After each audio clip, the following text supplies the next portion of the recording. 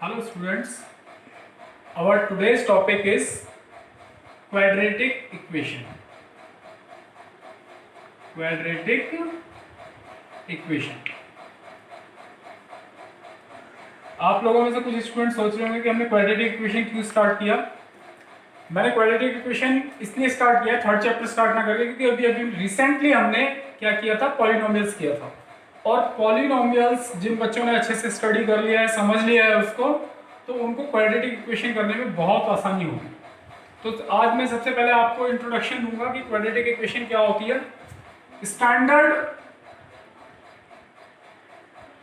Form of A quadratic equation.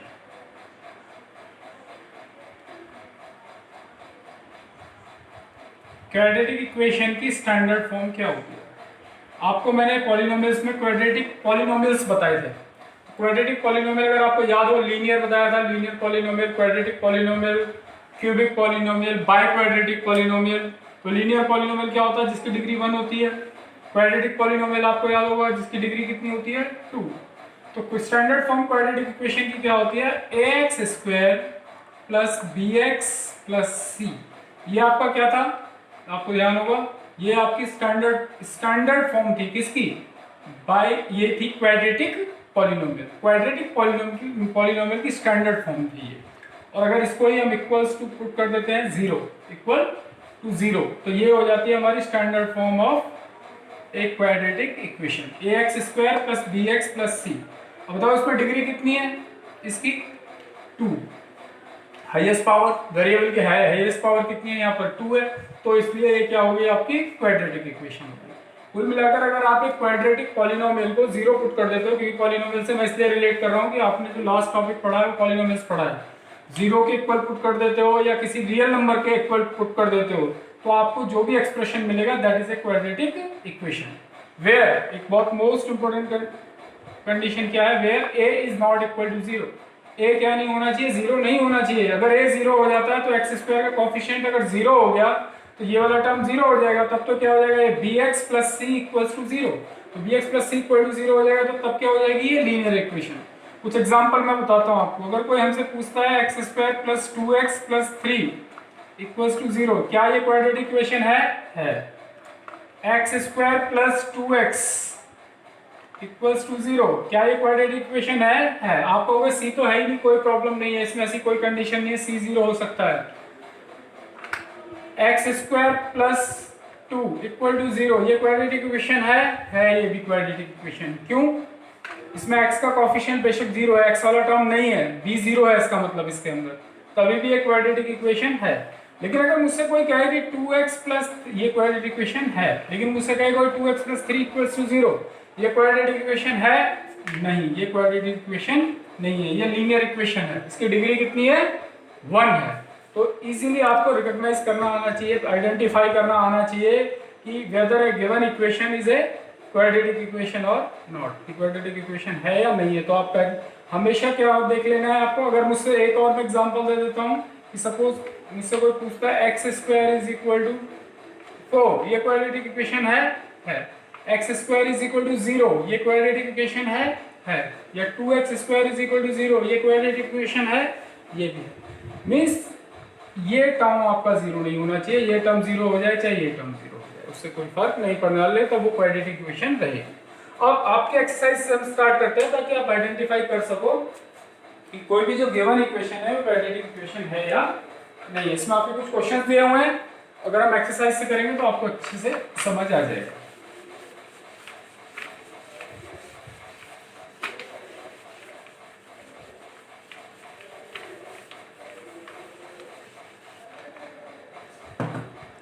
Exercise 4.1 में हमें कुछ क्वेश्चन दिए हुए हैं। Check whether the following are quadratic equation. Check करना है क्वाड्रेटिक इक्वेशन है कि नहीं। क्वेश्चन नंबर 1 का फर्स्ट पार्ट, x प्लस 1 का whole square equals to 2 multiplied by x minus 3। देखिए सबसे पहले क्या करना है, जब भी आपको चेक करने के लिए आ जाए तो आपको कोई भी जो इक्वेशन है उसको ट्राई करना है कि इस फॉर्म में लेके आने के लिए, स्टैंडर्ड फॉर्म में लेके आने के लिए ट्राई करो। ठीक है, उसके बाद आइडेंटिफाई करना है, देख कर नहीं बताना है एकदम से कि हम देख के बता दें कि नहीं क्वाड्रेटिक है। तो पहले हम क्या करेंगे, इसको सिंप्लीफाई करेंगे, और जब सिंप्लीफाई कर लेंगे उसके बाद हम बताएंगे कि क्वाड्रेटिक है या नहीं है। तो x प्लस 1 का whole square a plus b का होल स्क्वायर का फॉर्मूला लगा देंगे, ए स्क्वायर प्लस 2ab 2x आ जाएगा प्लस 1 आ जाएगा is equal to 2x minus 6। तो यहाँ से 2x से 2x कैंसिल आउट हो जाएगा और x square plus 7 equals to 0। बताइए, अभी अभी मैंने बताया था ये क्वाड्रेटिक, इससे कंपेयर करो, x स्क्वायर का जो कोफिशिएंट है वो 0 नहीं है, x स्क्वायर वाला टर्म इसमें है, ठीक है ना। तो ये क्वाड्रेटिक इक्वेशन है, इसकी डिग्री कितनी है, 2 है। ओके, तो ये क्वाड्रेटिक इक्वेशन है। तो इस तरीके से कोई भी हमें क्वेश्चन दिया हुआ हो हम इजीली बता सकते हैं कि whether it is a quadratic equation और नॉट। एक क्वेश्चन और कर लेते हैं।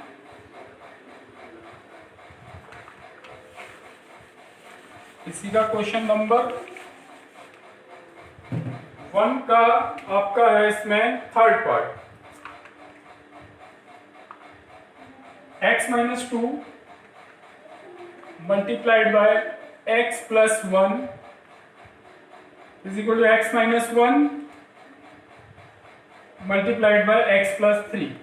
अभी अब देख लेते हैं इक्वेटिक। मैंने फिर से बताया आपको कि अगर वो स्टैंडर्ड फॉर्म नहीं दे रखी है, अगर उसको सिंपलेस्ट फॉर्म में नहीं दे रखा है, तो सबसे पहले आपको उसको सिंपलेस्ट फॉर्म में लेकर आना है, और सिंपलेस्ट फॉर्म में लाने के बाद ही आपको ये डिसाइड करना है कि whether it is a quadratic equation और नॉट। तो आप इसको मल्टीप्लाई कर लेंगे, x को x से करेंगे एक्स स्क्वायर प्लस का x माइनस 2x, मल्टीप्लाई सबको करना आता है, अलजेब्रिक एक्सप्रेशंस आप लोग 10th क्लास में पढ़ते हो, x square plus 3x minus x minus 3।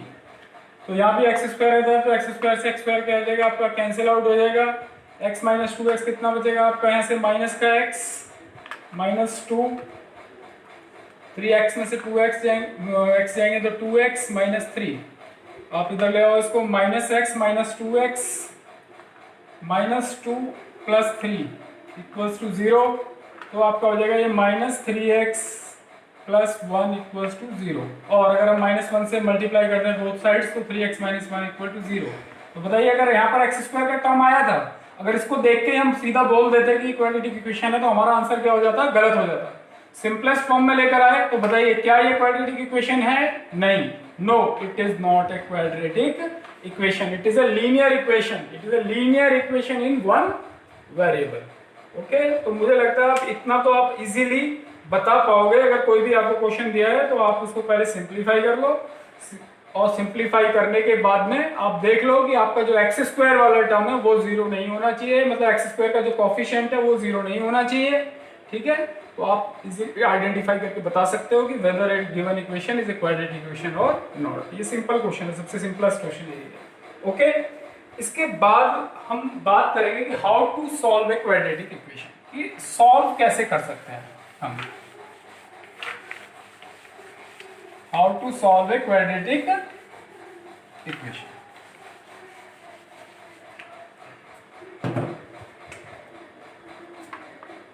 How to solve a quadratic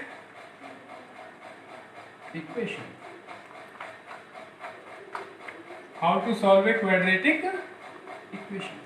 quadratic equation को कैसे सॉल्व करें, या फिर methods of solving A quadratic equation. तो आपको यहाँ पर हम 3 मेथड सीखेंगे। एक तो है बाय फैक्टराइजेशन, जो कि आपको अच्छी तरीके से आता भी है। कैसे आता है बताओ, फैक्टराइजेशन अभी अभी फिर से मैंने बताया, मैंने ये टॉपिक इसलिए स्टार्ट किया है क्योंकि अभी अभी हमने रिसेंटली पॉलिनोमियल्स पढ़ा है। बाय फैक्टराइजेशन आपने पढ़ा है किसमें, पॉलिनोमियल्स में। अगर आप जो जीरोस फाइंड करते थे, बिल्कुल वही सेम मेथड है आपका बाय फैक्टराइजेशन। हम जीरो कैसे सॉल्व करना quadratic equation, bye completing square method,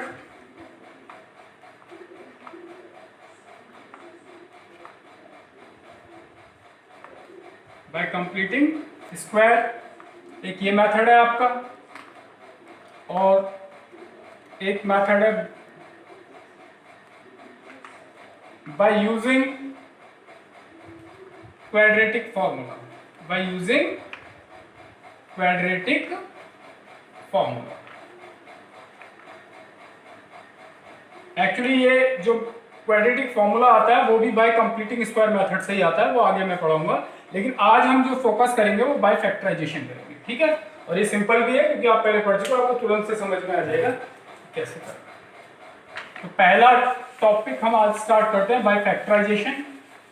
exercise 4.1 कर रहे हैं। पहले आपको ने सीखा कि आपको आइडेंटिफाई करना है कि whether a given equation is quadratic equation. फिर क्वेश्चन नंबर 2, क्वेश्चन नंबर 2 भी मैं क्या करता हूँ, चलो वर्ड प्रॉब्लम ले लेते हैं, और वर्ड प्रॉब्लम से मैं आपको फैक्टराइजेशन भी सिखा दूंगा, है ना। वर्ड प्रॉब्लम तो हमको करनी है सारी तरह की। तो क्वेश्चन नंबर 2 का जो फर्स्ट पार्ट है वही एक अपने आप में वर्ड प्रॉब्लम है। The area of the rectangular plot is 528 square metre. तो चलो एक प्लॉट बना लेते हैं। आप मान लो ये आपका ही प्लॉट है और जिसका जो एरिया है वो कितना है, 528 स्क्वायर मीटर, ये आपके प्लॉट का एरिया है। ओके, सेकंड इसमें दिया हुआ है the length of the plot in metres is 1 more than twice breadth. जो उसकी लेंथ है ना वो ब्रेथ के ट्वाइस से क्या है, तो हम ब्रेथ मान लेते हैं। चलो भाई इसकी ब्रेथ मान लो है हमारी x मीटर। ब्रेथ कितनी है इसकी, x मीटर। तो लेंथ ट्वाइस मतलब इसका डबल। ट्वाइस मतलब क्या होता है, डबल। उससे 1 ज्यादा है, यानी कि लेंथ है उसकी 2x + 1 मीटर। तो ऑब्वियसली इसमें हम मान लेते हैं, लैंग्वेज आप लिख लोगे, स्टेप्स लिख लोगे कि let the breadth of plot be x metre. Plot की ब्रेथ क्या मान ली, देयरफॉर लेंथ क्या हो जाएगी बताओ प्लॉट की, 2x + 1। ये कहां से आ गया, ये कंडीशन दे रखी है क्वेश्चन की लेंथ जो है वो ब्रेथ के ट्वाइस से 1 मीटर ज्यादा है, तो ठीक है निकल गई। तो अब क्या कंडीशन लगा सकता हूं मैं, मुझे एरिया इसमें दिया हुआ है और मुझे पता है एरिया क्या होता है, लेंथ मल्टीप्लाइड बाय ब्रेथ। मुझे पता है कि लेंथ मल्टीप्लाइड बाय ब्रेथ क्या होता है, एरिया। आप पॉज करके इसको क्या कर सकते हो, नोट डाउन कर सकते हो, क्योंकि ये छोटा बोर्ड है मेरे पास में, तो मुझे बार बार क्या करना पड़ेगा, रफ करना पड़ेगा, इसको मिटाना पड़ेगा, ठीक है ना।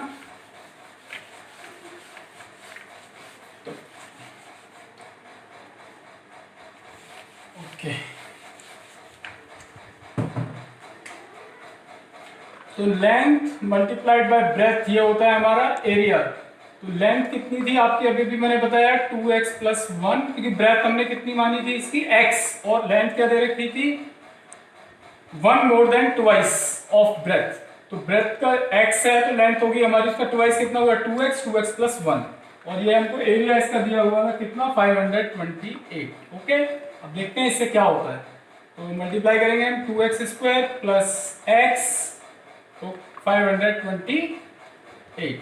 तो 2x² + x - 528 = 0। अब बिल्कुल सेम क्वेश्चन बन गया। आपको मैंने पूरे जितने भी वीडियोस अपलोड किए थे उसमें मैंने आपको जीरोस निकालने बताए थे। तो उस जीरोस में बताया था ना क्वाड्रेटिक पॉलिनोमियल्स को कैसे निकालते हैं, उसको मिडिल टर्म स्प्लिट करके मैंने बताया था। तो वही यहाँ पर करना है, आपको फैक्टराइजेशन करना है। उसका मेथड मैं बता चुका हूँ आपको, फिर से दोबारा बता देता हूँ, ध्यान रखना। इसको आपको कंपेयर करना होता है। कंपेयर किससे करना होता है, ax² + bx + c = 0। इससे कंपेयर करो, कंपेयर करोगे तो a कितना आएगा आपका 2, b कितना आएगा 1 और c कितना आएगा -528। फिर मैंने बताया था कि आप a को और c को क्या करो, मल्टीप्लाई, यानी कि 2 को और 528 को। साइन अभी मत लो बेशक, साइन बाद में जरूरत पड़ेगी, वो बता दूंगा कि किस लिए, वो पॉलिनोमियल चैप्टर में बताया था, फिर से बता दूंगा। तो ये आपका आ जाएगा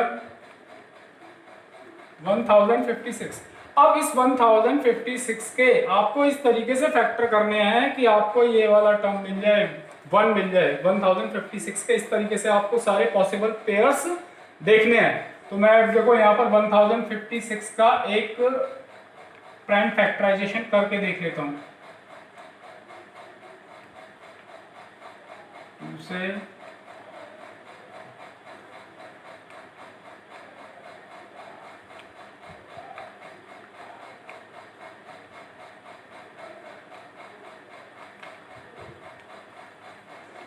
देखो अब यहीं से देखो, मुझे आगे करने की जरूरत भी नहीं पड़ रही है। 2 × 2 = 4, 4 × 2 = 8, 8 × 2 = 16, 16 × 2 = 32 और 32 मल्टीप्लाइड बाय 33। 32 को 33 से मल्टीप्लाई करूंगा तो क्या आएगा 1056, और 33 में से 32 माइनस कर दूंगा तो मुझे क्या मिल जाएगा 1। मैंने कहा था कि इसके ऐसे दो फैक्टर करने होते हैं कि जिनको या तो प्लस करके या फिर माइनस करके मुझे मिडिल टर्म मिल जाए। तो मैं इसको लिखूंगा 2x²। अब मुझे क्या चाहिए, प्लस का x चाहिए, तो प्लस x के लिए मैं क्या करूंगा 33x और माइनस का 32x। 33x में से जब 32x लेगा तो कितना बचेगा आपका 1x बचेगा, -528। तो देखो कंडीशन कैसे कम सेटिस्फाई हो रही है। आप अगर 33 को माइनस के 32 से मल्टीप्लाई करोगे तो आपको क्या मिलेगा, माइनस का 1056, और 2 को -528 से करोगे तब भी कितना मिलेगा, माइनस का 1056, और इन दोनों को प्लस करने से क्या मिलेगा आपको, b मिलेगा, ये मिडिल टर्म मिलेगा आपका, x मिलेगा। तो मैं फिर से बता, इन दोनों को प्लस करने से या माइनस करने से क्या मिलना चाहिए आपको, इसका मिडिल टर्म, और मल्टीप्लाई करने से क्या आना चाहिए आपका a मल्टीप्लाइड बाय c। तो 33 को अगर हम 32 से मल्टीप्लाई करेंगे तो आएगा 1056, और माइनस करूंगा तो ये आ जाएगा आपका, ठीक है ना। तो अब आप क्या करोगे आप यहां से, लेकिन साइन का मैं फिर से बताता हूँ, साइन का ध्यान देना होता है। कई क्वेश्चंस में ऐसा होता है कि माइनस या प्लस करने से आ जाता है लेकिन वो मल्टीप्लिकेशन के बराबर नहीं होता। साइन का इसलिए ध्यान रखना है, जैसे मैंने इसमें बताया अभी कि जब आप a को और c को मल्टीप्लाई करोगे ना, तो अगर c को आप -528 लेते हो तो कितना आएगा आपका, माइनस का 1056। तो यहाँ 33 को -32 से मल्टीप्लाई करोगे तो माइनस का 1056 ही आएगा। तो साइन का भी आपको ध्यान देना है। अगर इसको और इसको मल्टीप्लाई करने से पॉजिटिव आता तब ये फैक्टर सही नहीं होते। तो ये कहीं कहीं पर कई क्वेश्चंस ऐसे आते हैं, जब हम सॉल्व करेंगे तो मैं ऐसी कंडीशंस आपको दिखाऊंगा कि जहां पर प्लस करने से या माइनस करने से मिडिल टर्म आ रहा होगा लेकिन मल्टीप्लाई करने से वो सही नहीं, ये वाला टर्म भी आ रहा होगा लेकिन साइन की वजह से, केवल साइन की वजह से आपके फैक्टर सही नहीं होंगे। तो साइन को भी आपको क्या करना है, इस पर भी ध्यान देना है। आप x कॉमन ले लेंगे, यहाँ से आपके पास आ जाएगा 2x + 33, माइनस का यहाँ से 16 कॉमन ले लेंगे, ये आ जाएगा 2x + 33। और इसका मैंने एक और वो बताया था कि ये दोनों सेम आते हैं हमेशा। तो आपके पास आ गया 2x + 33 यहाँ आ गया, 2x + 33 यहाँ आ गया। ये हम फैक्टराइजेशन से कर रहे हैं, ओके। फिर से इसको मैं थोड़ा रब करूंगा। तो आपके पास आ गया ये 2x + 33, क्या ले लेंगे, यहाँ से हम कॉमन ले लेंगे क्योंकि यहाँ भी 2x + 33 है, और यहाँ पे आ जाएगा आपका x - 16 =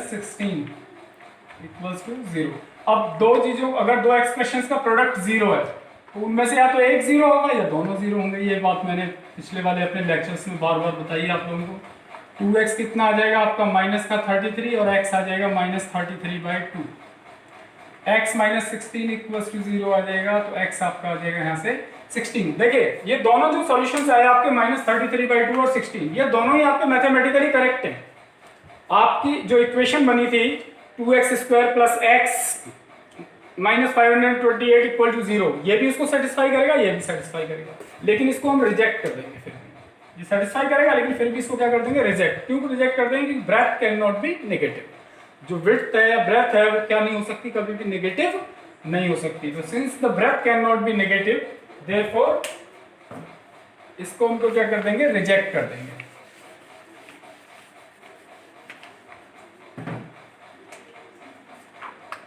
रिजेक्ट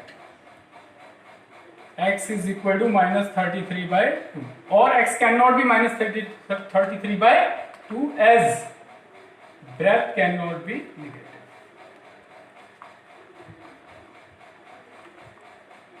ब्रेथ नेगेटिव नहीं हो सकती। सो x कितना आ जाएगा आपका 16। तो ब्रेथ क्या होगी बच्चों, 16 मीटर, और लेंथ कितनी आ जाएगी, 2 × 16 + 1। वॉट मास लगाएंगे, पहले मल्टीप्लाई करोगे, 2x + 1 था ना 32, ये कितना जाएगा आपका 33 मीटर। आप एरिया निकाल के देख लो। अगर आपको वेरिफिकेशन करना है ना, देखो दोनों चीजें हुई ना अगर आपको वेरिफिकेशन करना है, वेरीफाई करना है आपको, तो वेरिफिकेशन में आप इसका एरिया निकाल के देख लो, लेंथ × ब्रेथ। 16 को जरा 33 से मल्टीप्लाई करो तो क्या आएगा आपको, देखो 33 को 16 से मल्टीप्लाई करो 520।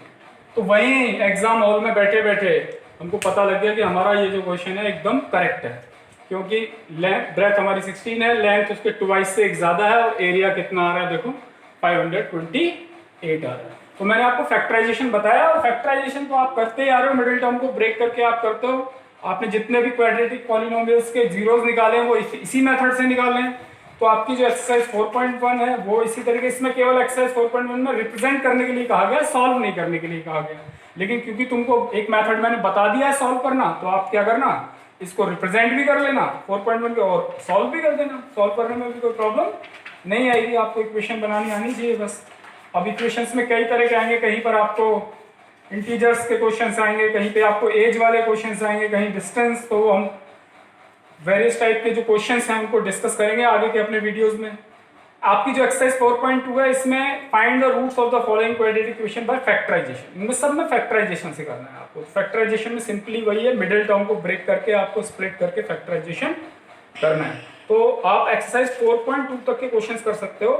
अगर कोई क्वेश्चंस आपको नहीं आ रहे हो कमेंट में डाल देना। वैसे एक और वीडियो मैं इसी टॉपिक पे बनाऊंगा, नेक्स्ट जो वीडियो रहेगा उसके बाद हम फिर आगे वाले मेथड पे मूव करेंगे। Thank you.